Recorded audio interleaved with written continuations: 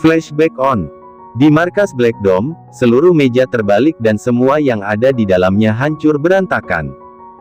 Setelah kematian Aziz, Jaguar benar-benar tidak terkontrol. Ia menghancurkan seisi markas dan tidak ada yang bisa menghentikannya. Bahkan Elliot, Dominic, dan Julio tidak berani mendekat.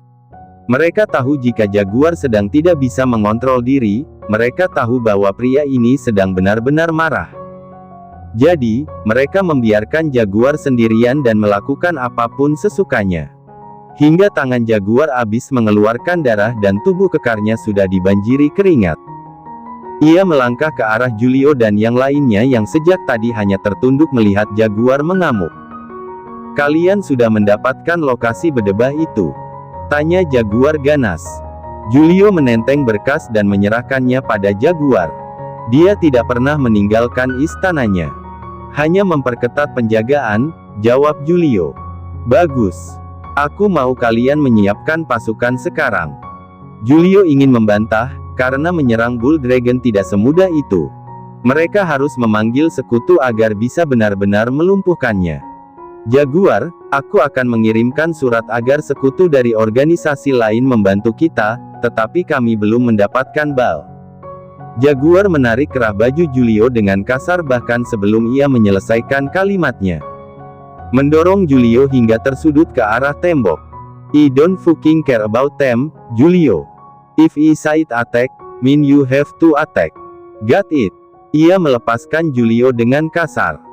Julio tidak bisa berdiskusi dengan Jaguar dalam kondisi ini. Ia hanya mengiyakan dan mencoba mengumpulkan pasukan sebanyak mungkin untuk berangkat melakukan penyerangan. Sementara Elliot dan Dominic membantu. Mereka berdiskusi di saat Jaguar menyiapkan senjata apinya. "Elliot, aku butuh bantuanmu untuk mencari titik lemah dari benteng Bull Dragon." "Dominic, aku tidak mau para polisi ikut campur, seperti biasa, kamu urus mereka, aku dan Elliot akan menyiapkan semuanya. Kita akan menyerang malam ini." Julio mulai memanggil pasukan yang berada di Club It, meminta bantuan pada bos mafia yang bersebelahan dengan mereka. Mereka butuh bantuan yang cukup kuat untuk membunuh Alfonso. "Kalian pikir Bull Dragon hanya grup mafia kecil yang bisa diserang semudah itu?" "No." Julio paham siapa yang mereka hadapi. Ia berpikir untuk melemahkan Alfonso dari organisasi para mafia, memboikot jaringannya sehingga ia tidak memiliki perlindungan di antara internasional mafia. Dengan begitu, lebih mudah menumbangkannya, tetapi sepertinya Jaguar tidak bisa menunggu lagi. Bahkan ia berencana membuat ledakan gila untuk membunuhnya. "Fuck." Julio memukul tembok dengan kuat. Ia marah. Marah karena Jaguar tidak bisa mengontrol emosinya. Masalah kehilangan. Ia juga kehilangan. Aziz sudah menjadi anggota Black Dome. Ia jelas merasa kehilangan yang sama, tetapi jika nekat begini, maka terlalu banyak konsekuensi yang akan mereka hadapi. Ia menarik napas. Menyiapkan peralatan lengkap, menghubungi siapa saja yang mau bergabung. Penyerangan ini harus epik jika mau mengalahkan Alfonso. Julio tahu bahwa Jaguar tidak akan mentolerir kegagalan saat ini. "Elliot, apa yang kita punya?" tanyanya setelah membuat peta penyerangan. "Mereka memiliki ruang bawah tanah yang menyimpan helikopter di sana. Jika penyerangan ini berhasil memukul mundur Alfonso, aku yakin ia akan mengambil jalan terakhir, yaitu berlindung di bawah sini dan kabur." Elliot membuka peta benteng Bull Dragon. Mereka menyiapkan 10 pasukan di gerbang, 5 di setiap sudut. 2 di atas atap dan 12 di setiap luar pagar. Ia menarik peta lebih luas, menaruh konsep manusia di atasnya. Hector berada di sini, menjadi mata di luar pagar. Shaw akan berada di tengah untuk berjaga, Brandon akan menyambut kita sebelum menyentuh markas itu. "This is crazy, man. Looks like we're going to make a big explosion." Elliot mengeluh. Ia selalu tertarik dengan peperangan, tetapi ini.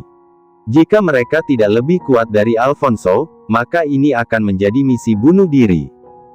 "Yeah, that's exactly what we are gonna do." "Dom, bagaimana kau akan menangani polisi-polisi ini?" tanya Julio memastikan. Setelah kejadian kemarin, Para polisi masih sibuk mengurus banyak kasus. Aku akan membuat ledakan besar di bank untuk membuat separuh dari pasukan mereka sibuk mengurusi kami. Sisanya bisa kalian hadapi.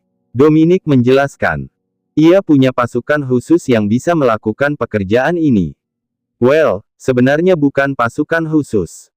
Dominic banyak berkenalan dengan preman pasar yang bisa membuat kericuhan lebih mudah. Ia membayar mahal mereka, beberapa di antaranya ia rekrut sebagai anggota tetap. Good. Kita akan berangkat malam ini. Mereka menatap ke arah Jaguar yang duduk di atas sofa sambil menatap foto Aziz saat ia membawanya ke Rusia kemarin. Jemarinya meremas pistol dengan kuat. Tatapan matanya bengis, ia seperti menyimpan gejolak amarah yang akan meledak malam ini. Bersiaplah, guys. Mari kita lakukan ini. Kalian juga pasti ingin balas dendam atas kematian Aziz, kan? Elliot yang paling pertama mengangguk. Ia menyukai anak itu sejak mereka pertama kali bertemu. Aziz anak yang menyenangkan, meski Elliot sering menggodanya dan mengolok anak itu, tetapi jujur saja, ia benar-benar baru merasa memiliki seorang adik.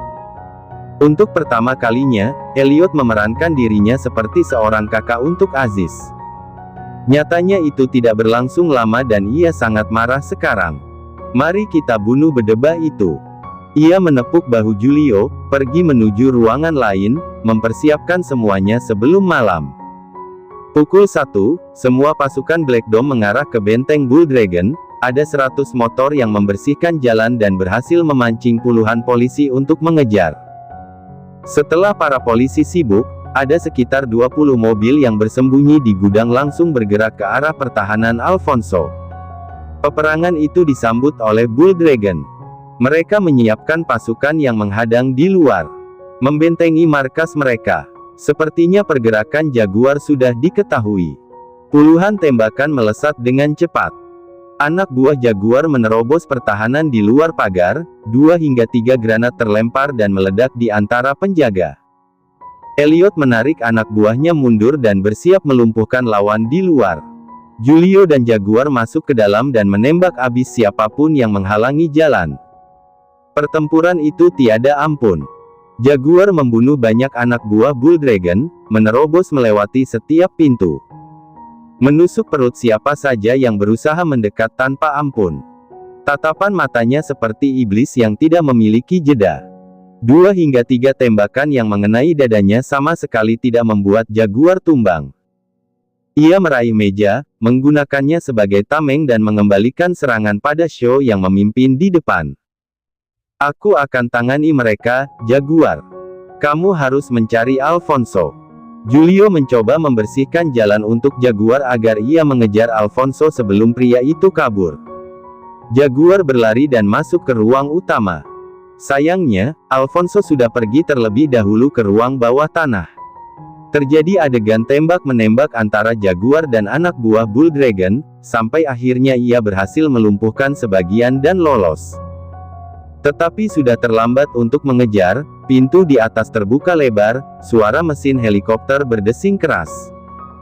Jaguar berusaha menembak tetapi tembakannya mental. Alfonso menatap ke bawah mengejek. Fuck, pria itu lolos. Malam itu adalah malam berdarah di mana ada puluhan orang mati dalam semalam. Termasuk anak buah Jaguar. Penyerangan itu tersebar luas di antara banyak organisasi. Tentang bagaimana ganasnya Jaguar memporak-porandakan benteng Bull Dragon. Meskipun Alfonso berhasil kabur dari sana menggunakan helikopter, Jaguar keluar dengan marah. Alfonso menarik anak buahnya yang tersisa. Sementara banyak anak buah Jaguar yang terkapar termasuk Julio yang terkena tembakan Shaw. Julio, are you okay? Jaguar membantunya berdiri dan membawanya keluar dari markas Bull Dragon. Mereka harus kembali, karena sudah terlalu banyak korban. Tunggu. Julio mendengar sesuatu. Tit, tit, tit. Bom. Julio berteriak. Ia melihat ke arah tembok. Di sana terdapat benda hitam yang berkedip-kedip dan menunjukkan angka 10 detik. Alfonso berniat meledakkan bentengnya. Tersisa 10 detik sebelum bom itu meledak. Jaguar dan Julio berlari dan menyuruh anak buah mereka mundur. Kondisi Julio yang terluka parah menghambat pergerakan mereka. 4. 3. Pintu berada 5 meter di depan sana. Jaguar dan Julio berusaha keras untuk bergerak lebih cepat. 2. 1. 2. Untungnya Jaguar dan yang lainnya berhasil menyelamatkan diri dari ledakan dahsyat itu. Julio sendiri segera dibawa ke rumah sakit terdekat untuk ditangani. Saat itu, Jaguar yang masih belum puas pun bersumpah, mau dimanapun Alfonso bersembunyi, dia akan menemukannya dan melenyapkan Alfonso dengan tangannya sendiri. Flashback off. Habibah benar-benar seperti kehilangan jiwanya. Dia pulang ke rumah dengan langkah menyeret. Seluruh tenaganya seperti terkuras habis, dan dia tidak bisa berhenti menangis. Dia dan Aziz saling memiliki satu sama lain. Ketika Aziz tiada, separuh diri Habibah seolah hilang begitu saja. Sekarang saat Aziz tidak ada, apa yang harus Habibah lakukan? Sepulang dari berziarah, Habibah langsung pulang dan duduk termenung di ruang tamu. Dia terus berada dalam posisi itu sampai kemudian air matanya kembali menggenang di pelupuk mata. Seharusnya dia mendengar suara Aziz yang bahagia saat dia pulang. Namun rumah ini malah hening. Habibah bangkit dan berjalan masuk ke kamar Aziz. Dia duduk di pinggiran ranjang, mengusap sprei yang berantakan itu dalam diam. Tangis Habibah pecah. Seharusnya kita makan bersama sekarang. Kakak sudah belajar banyak memasak makanan Taiwan supaya kamu bisa mencoba saat kakak pulang. Tapi kenapa kamu malah ninggalin kakak, Ziz? Habibah berbicara dalam nada yang super pelan. Kedua belah bibirnya bergetar. Ada papan styrofoam berwarna abu-abu yang tertempel di dinding kamar. Papan itu berukuran sedang, diberi garis-garis dengan spidol warna-warni. Banyak foto-foto Polaroid Aziz bersama Habibah yang disusun dengan paku paying pada papan styrofoam itu. Bagian bawah setiap foto ditempeli sticky note warna-warni dengan tulisan tangan Aziz yang kecil-kecil berisi doa, ungkapan, dan semacamnya dari sang adik untuk Habibah. Habibah menyentuh tiap lembar foto Polaroid itu. Hampir sebagian besar adalah foto-foto lama sebelum Habibah bekerja di luar negeri. Beberapa lainnya adalah foto baru yang sesekali Habibah kirimkan ketika dia menghubungi Aziz. Habibah tidak mengira kalau Aziz akan mencetak foto-foto kirimannya dan bahkan menempel foto-foto itu pada papan styrofoam tersebut. Aziz. Habibah sesenggukan. Kakinya menyerah, dia jatuh ke lantai sembari memeluk dirinya sendiri. Ini sungguh menjadi pukulan telak bagi Habibah. Dia tidak kuasa menahan hatinya yang hancur. Rasa bersalah membuncah, membuatnya berandai-andai apabila dia lebih cepat pulang, atau apabila dia tidak meninggalkan Aziz sendirian. Aziz tidak pernah sekalipun mengeluh selama ini. Dia selalu menjadi sosok yang kuat dan mengatakan segalanya baik-baik saja. Habibah merasa tidak becus menjadi seorang kakak. Seandainya dia lebih peka, mungkin Aziz tidak akan meninggalkannya. Malam itu, Habibah terus menangis di kamar Aziz hingga dia tertidur karena kelelahan. Habibah terbangun ketika dia mendengar azan subuh berkumandang dari speaker musola dekat rumahnya. Dia buru-buru bangkit dari posisinya dan merasa sedikit pening. Habibah langsung mengambil wudhu, sholat subuh, dan menghabiskan waktu setelah sholat untuk terus berdoa sembari menangis. Habibah tidak sadar berapa lama dia duduk di atas sajadah sembari menangis dalam doanya. Dia baru berhenti saat mendengar suara gedoran keras di pintu rumahnya. Habibah langsung bangkit dari posisinya. Dia membenarkan jilbab dan cadarnya, menghapus sisa-sisa air mata yang mengering, dan buru-buru keluar untuk memeriksa siapa yang datang. Habibah. Habibah. Habibah terburu-buru melangkah sampai hampir tersandung gamisnya sendiri karena panik.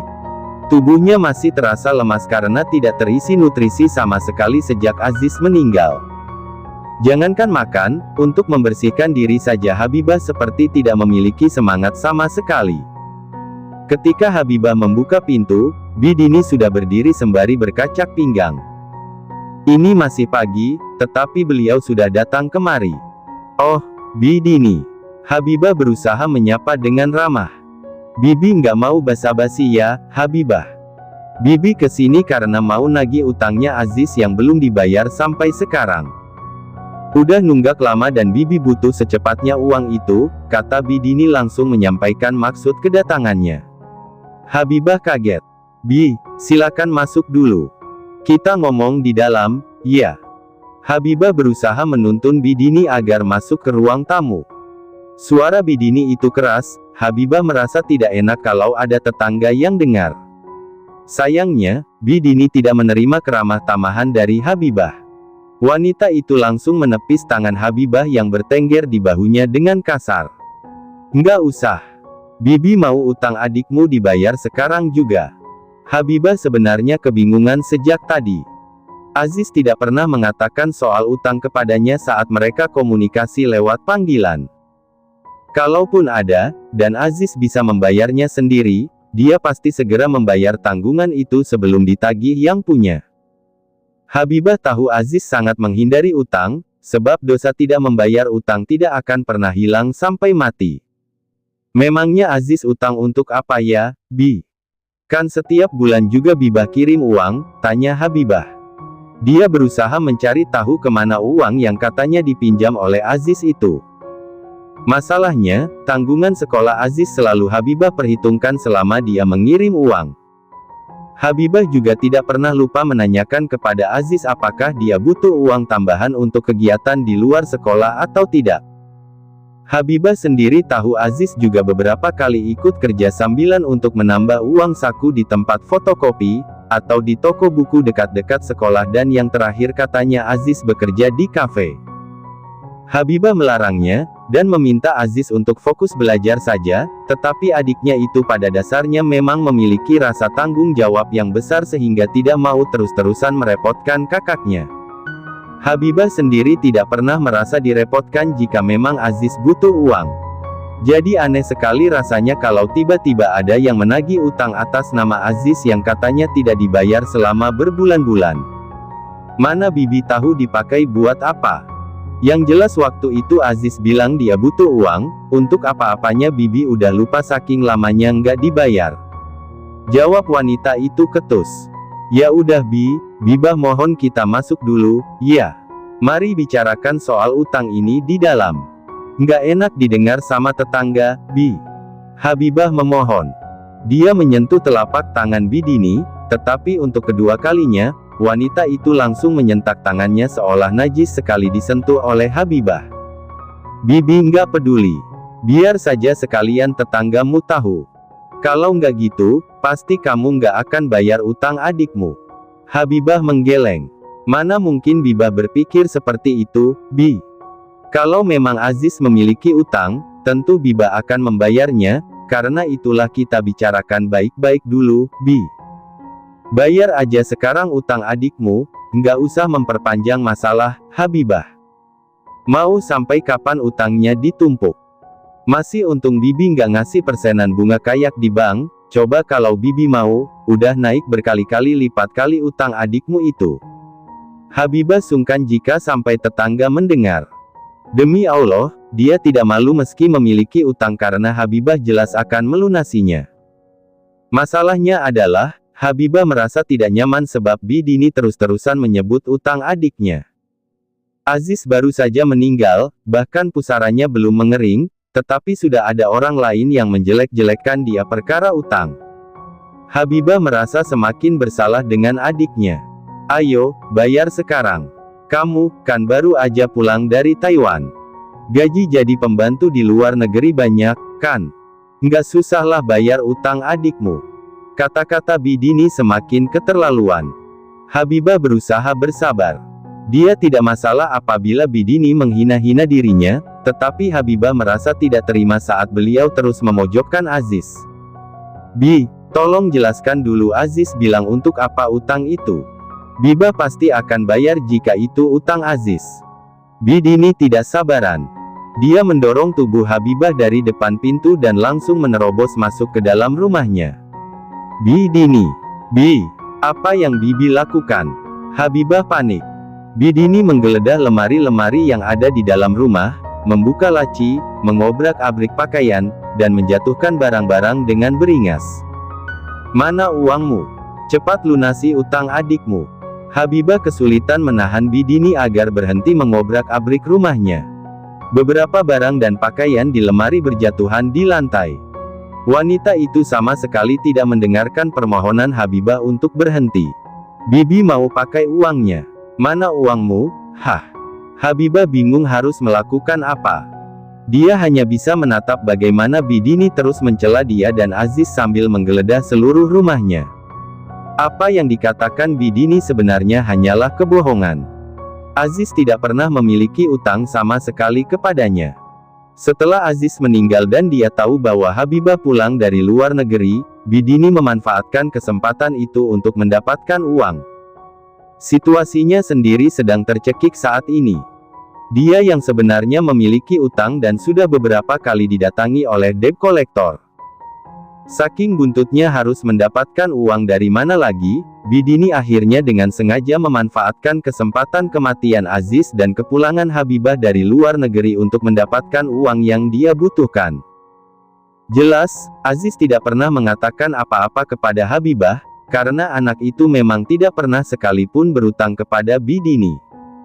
Yang ada Bidinilah yang memakan uang kiriman Habibah sampai Aziz kebingungan untuk makan. Untungnya saat itu ia bertemu dengan Jaguar. Bidini menarik beberapa tumpukan baju Habibah yang masih belum sempat dia bereskan di dalam koper.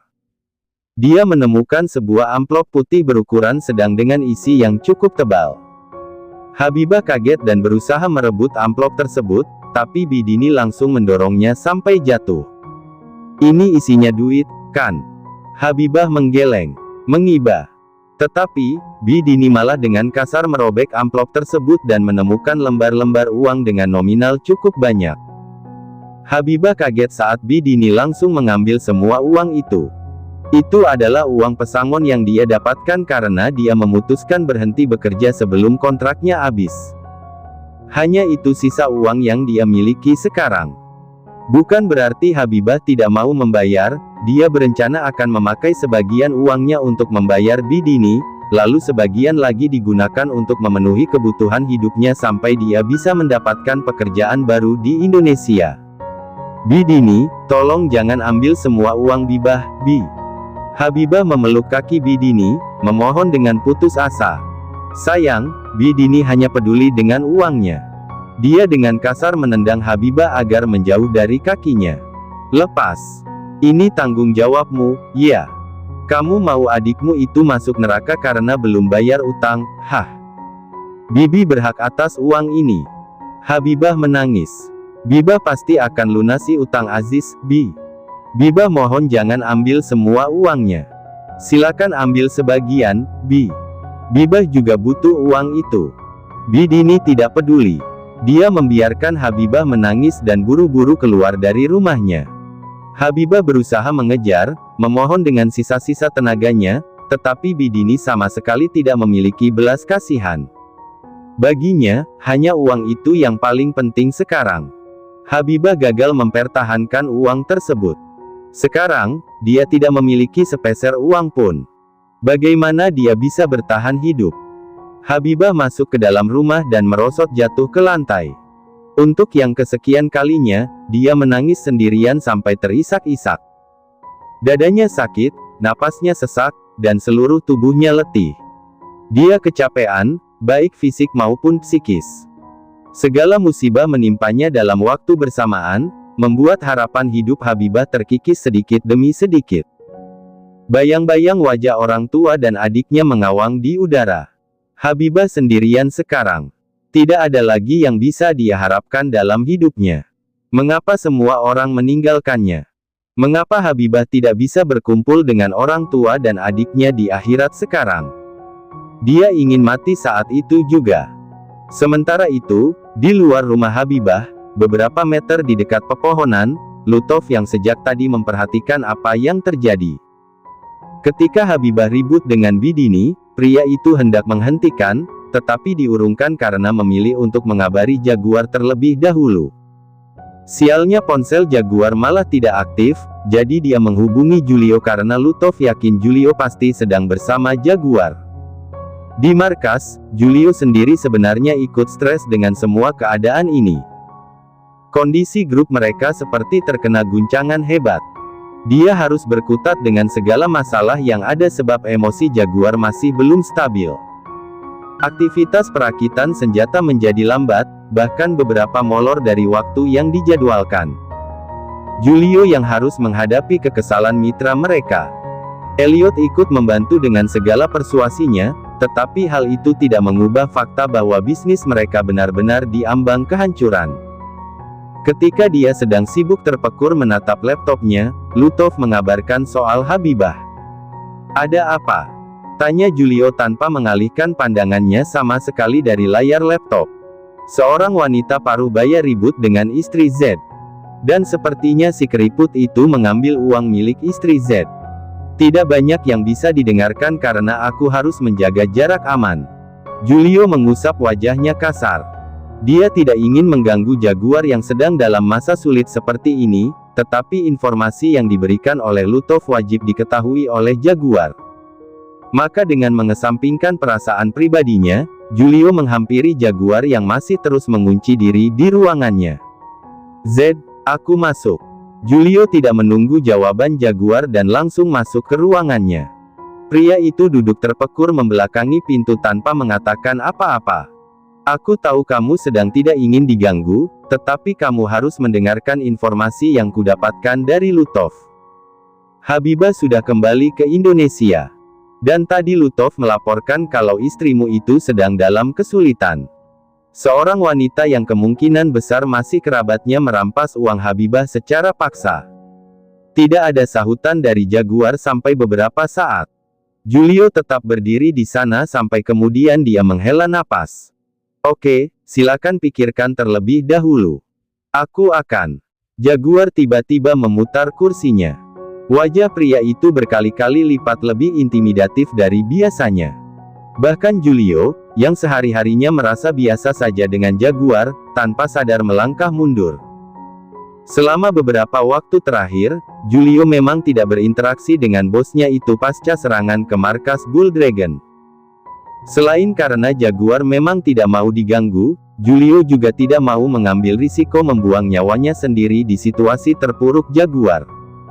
Ini adalah pertama kalinya dia bertatap muka dengan Jaguar lagi setelah beberapa waktu lalu. "Culik wanita itu dan bawa ke rumahku yang ada di Indonesia." Julio tertegun. "What? Are you kidding me? Ini perintah. Lakukan apa yang kukatakan." Julio membeku sepersekian detik. Setiap kata yang diucapkan Jaguar begitu tajam sampai terasa begitu mengintimidasi. Dia jelas tidak menerima pendapat apalagi penolakan.